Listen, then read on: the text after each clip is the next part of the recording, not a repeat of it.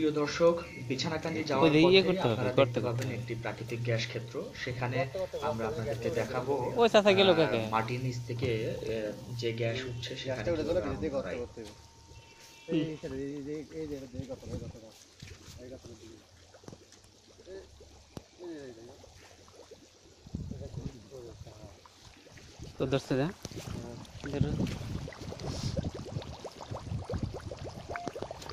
প্রিয় দর্শক, এখন আমরা এখান থেকে রওনা দেব আমাদের কাঙ্ক্ষিত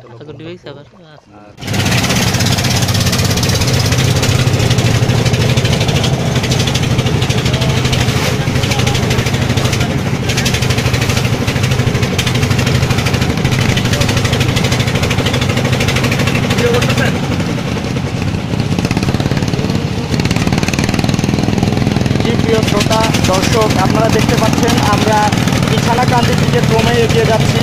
দূরে দেখতে পাচ্ছেন অসংখ্য পাহাড়, চারিপাশে গাছপালা এবং ট্রলারের ভটভটি শব্দ। এগুলোকে পাড়িয়ে আমরা বিছানাকান্দির দিকে এগিয়ে যাচ্ছি।